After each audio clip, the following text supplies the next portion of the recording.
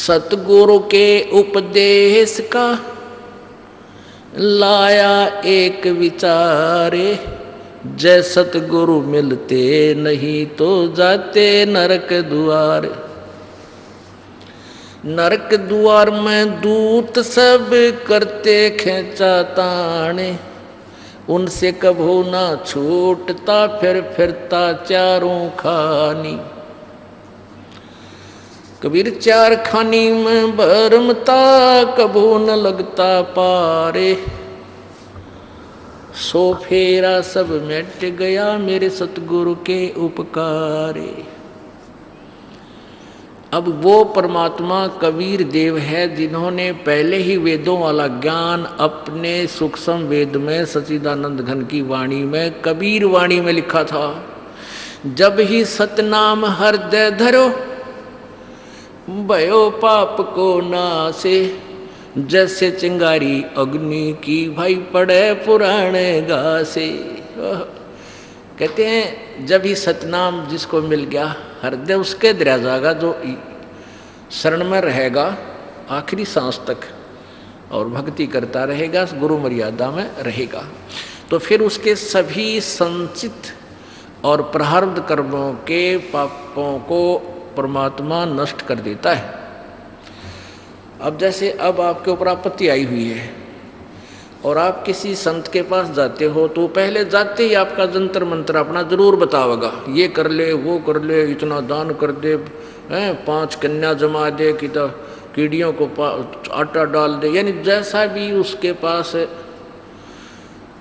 मूर्ख बनाने का मैटर है वो आपको जाते बताओगा। फिर कुछ राहत नहीं मिलती तो फिर वहाँ से आप खिसकोगे, दूसरे के पास जाते हो, फिर तीसरे पे, तो थोड़े बहुत जो विद्वान कहलाते हैं वो लास्ट में अपने जंतर मंत्र करने के बाद कह देते हैं कि ये तुम्हारे प्रारब्ध में लिखा हुआ है, ये समाप्त नहीं हो सकता, ये तो भोगने से ही कटेगा, ये तो भोगना ही पड़ेगा। और आप परमात्मा की भक्ति करते रहो, आगे पाप नहीं होगा, आगे दुख नहीं होगा। अब पुण्यात्माओं कोई दुखी व्यक्ति है, जैसे कांटे वाला उदाहरण आपको दिया, पैर में कांटा लग रहा है और कांटा लग गया और उसको कोई सलाह देता है कांटा तो निकला नहीं, ये तो न्यू का न्यू लगा रहेगा और जूते पैर ले,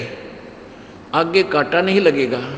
तो कांटा लगे पैर में जूता कभी नहीं पहना जा सकता, ये बट नेचुरल है।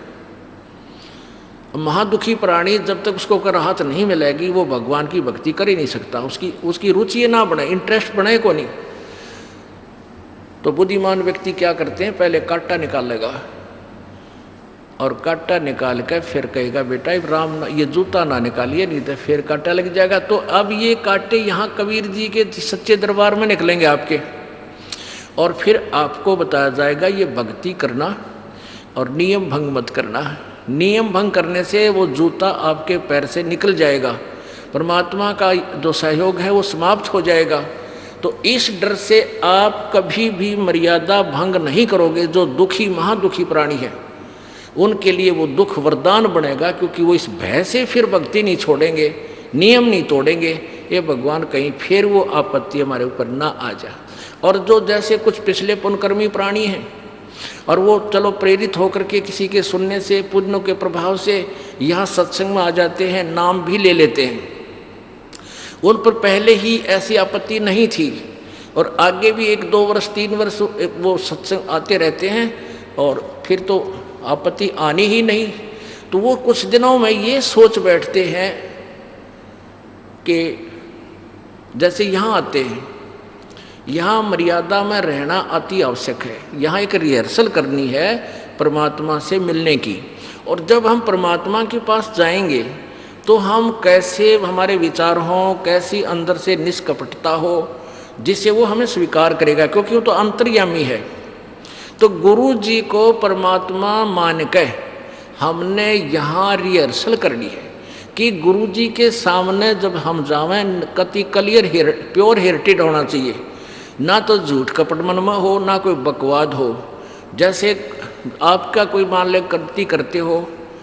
जैसे आपने बताया कि जी ऐसे ऐसे दिक्कत होगी, तो दास ये पूछेगा कि आपका नाम खंड हुआ है,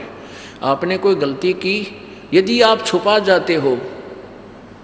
तो आप वहाँ भी छुपाओगे परमात्मा के दरबार में भी, फिर वहाँ से आप को रिजेक्ट कर देगा भगवान ऑटोमेटिकली। तो नहीं छुपाना चाहिए।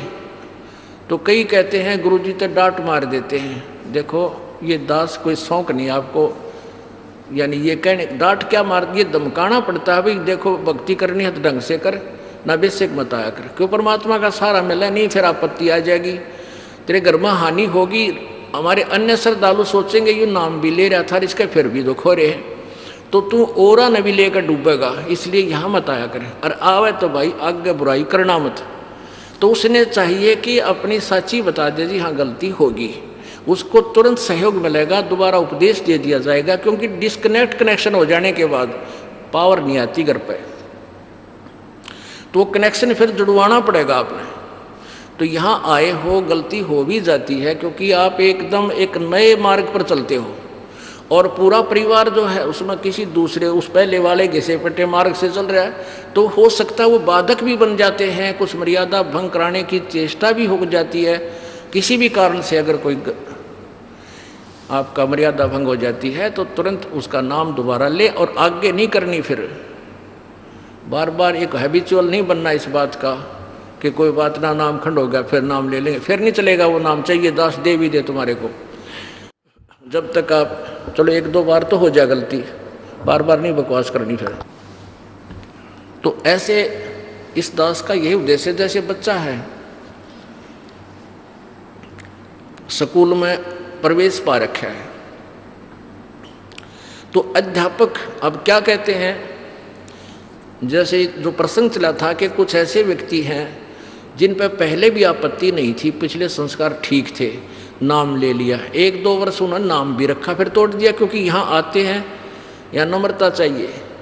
और उनके अंदर उतनी भावना नहीं बन पाती जितना दुखी प्राणी में होता है। दुखी प्राणी को कोई कुछ भी कहे, हमारा सेवक भी कह दे वहाँ बैठ जाए, वहीं बैठ जाएगा, कि उसको उसका उद्देश्य है गुरु जी तक पहुँचूँ ताकि मेरा रोग दूर हो। और जिसमें कोई आपत्ति ऐसी है नहीं, उसको कोई भगत, तो क्योंकि यहाँ एक हजारों आदमियों से दिन डील करते हैं, भगत यहाँ खड़े हैं, तो उनको कई बार एक आधी बार कोई छो में भी आ जा बैठ जा तू यहाँ पर, तो अगर उस टारगेट में वो व्यक्ति आवेगा जो पहले से सुखी है और उसको ऐसा कोई कह दिया जाए तो मुँह च डालेगा, उठ कर चला गया वापस। एक को कह दिया भी, जैसे एक दास ने कह दिया उसको कि भी तू 1 साल में आया है और ऐसे ऐसे तू गलती भी करता है,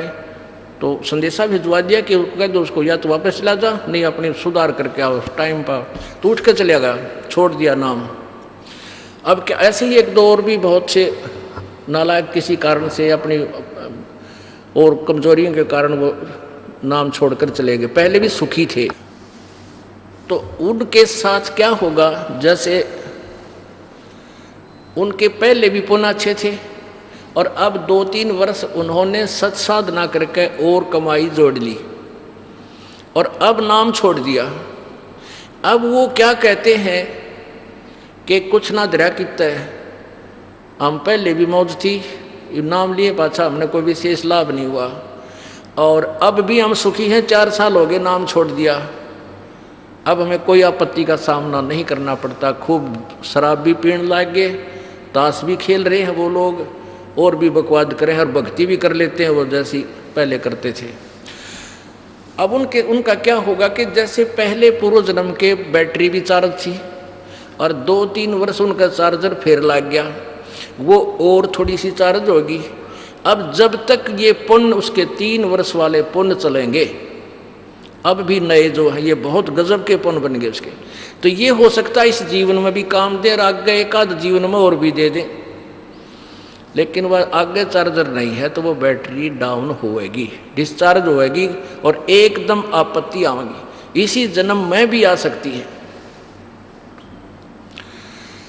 ये आप जी के लिए उदाहरण दास दे रहा है कि ऐसे व्यक्तियों को देखकर तुम अपने मन को मैला मत करना, इस ज्ञान को आधार बनाना। तो प्रसंग चल रहा है कि जैसे किसी के पिछले पूर्व जन्म के पाप हैं, अब जो दुखी हैं, कति दुखी, सब जगह घूम लिए फिर लिए, कोई राहत नहीं मिली, और यहाँ उनको जो भी मार्ग बताया जाएगा, जो मर्यादा बताई जाएगी, वो हाथ जोड़कर कहते हैं जी जैसे आप कहोगे ऐसे ही करेंगे। हम छक चुके हैं उन सब पूजाओं को कर करके, हम कति नहीं छुएंगे, हम तो छके पड़े हैं। तो वो सच्चे दिल से जो लगेगा, सच्चे हृदय से कि बिल्कुल नहीं करूँगा उन अन्य पूजाओं को, उसी दिन परमात्मा आपके कांटे काटने लग जाएगा। और आपके भाग्य में पुण्य नहीं है, पुण्य होते तो आप दुखी होते ही नहीं, तो अपने कोटे से आपको पुण्य देगा, जिससे आपको कुछ राहत सडनली प्राप्त हो जाएगी, बहुत शीघ्र ही। और फिर आपको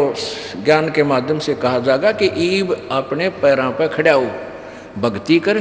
दिशा दान बने दान कर, सेवा कर, इससे फिर आपको बहुत लाभ हो।